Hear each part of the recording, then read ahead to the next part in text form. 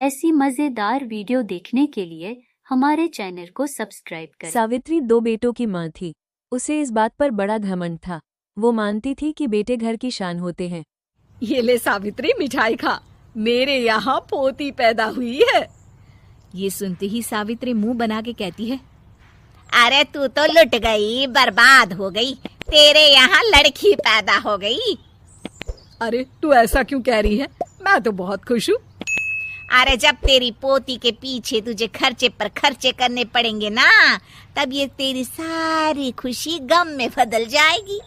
पहले लड़की की पढ़ाई लिखाई का खर्चा, फिर उसकी शादी का खर्चा। अरे आजकल की शादियाँ कितनी महंगी हो गई है। गहने बनाओ, लाखों रुपए पानी की तरह बह जाते हैं। लड़कियाँ तो सिर्फ खर्चा करवाने के लिए ही पैदा होती हैं। इस तरह लड़कियों के प्रति अपने विचार व्यक्त करते हुए सावित्री ममता को लंबा चौड़ा भाषण देकर चली जाती है। अब तो आप लोग इस कहानी में सावित्री देवी का पात्र अच्छी तरह समझ गए होंगे।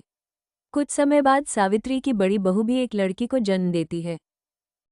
हे भगवान, ये तू मुझसे किस जन्म का बदला ले रहा है?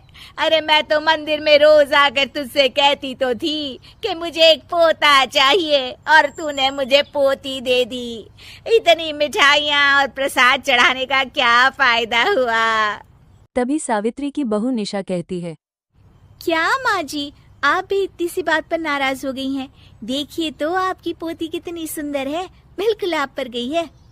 अरे चुप कर, तुझे 9 महीने इतने महंगे महंगे काजू बादाम फल फ्रूट खिलाने का फायदा क्या हुआ? मेरे तो सारे पैसे बर्बाद हो गए।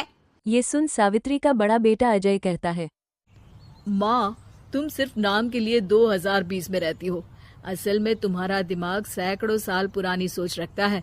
आज के जमाने में लड़का और लड़की में कौन फर्क करता है। मैं तो बहुत खुश हूँ कि भगवान ने मुझे लक्ष्मी के रूप में बेटी दी है। लेकिन सावित्री पर अजय की बातों का कोई असर नहीं होता। नालायक, अपनी पत्नी की जबान बोल रहा है। मेरा बड़ा बेटा तो हाथ से गया।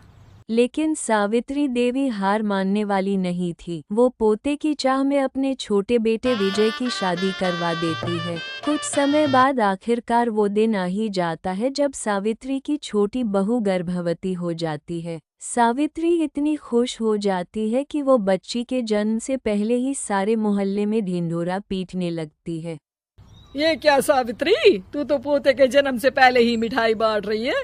पहले पोता पैदा तो होने दे, और फिर क्या पता अगर पोते की जगह पोती पैदा हो गई तो। ये सुन सावित्री चिढ़ जाती है। अरे अपनी काली जबान मत चला, मेरी मिठाई खा के मेरा ही बुरा सोच रही है। बड़ी आई, ला मेरी मिठाई वापस कर। देख लेना, इस बार मेरे यहाँ पोता पैदा होगा, पोता।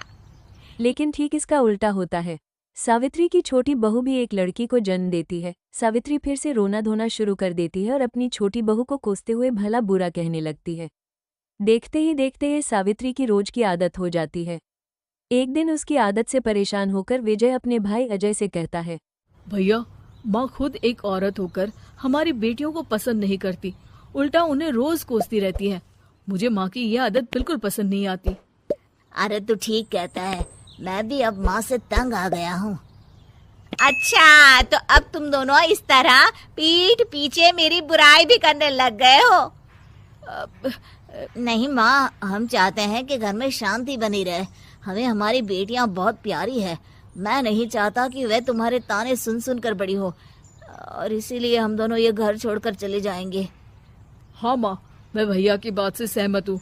जब तुम इस घर में अकेली रहोगी तब तुम्हें अपनों की कीमत का एहसास होगा। अपने दोनों बेटों के मुंह से अपनी माँ के लिए इतने कठोर शब्द सुन सावित्री भावुक हो जाती है और रोवासी होकर कहती है, क्या सच में तुम दोनों मुझे इस घर में अकेली छोड़कर चले जाओगे? हाँ माँ। हाँ माँ, अब पानी सर के ऊपर जा चुका है। मैं तुम दोनों के बिना नहीं रह सकती। अपनी सास के आंसू देख अजय और विजय की पत्नी अपने पतियों से लड़ पड़ती है। अरे जिसे जाना है वो जाए, मैं माँ जी को छोड़कर कहीं नहीं जाने वाली। भाभी, आप ये क्या कह रही हैं? वही जो तुम सुन रहे हो। दीदी बिल्कुल सही कह रही है।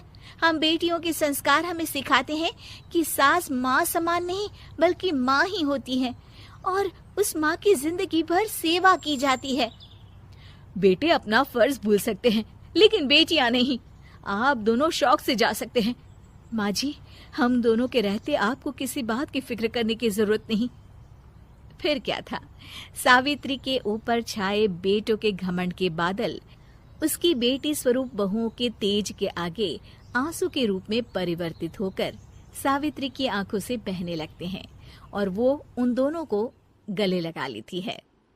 मैं जिंदगी भर बेटियों को कोसती रही, लेकिन आज तुम दोनों को देख मुझे समझ आ गया कि बड़े अभागे होते हैं वो लोग जिनके घर बेटियां नहीं होती।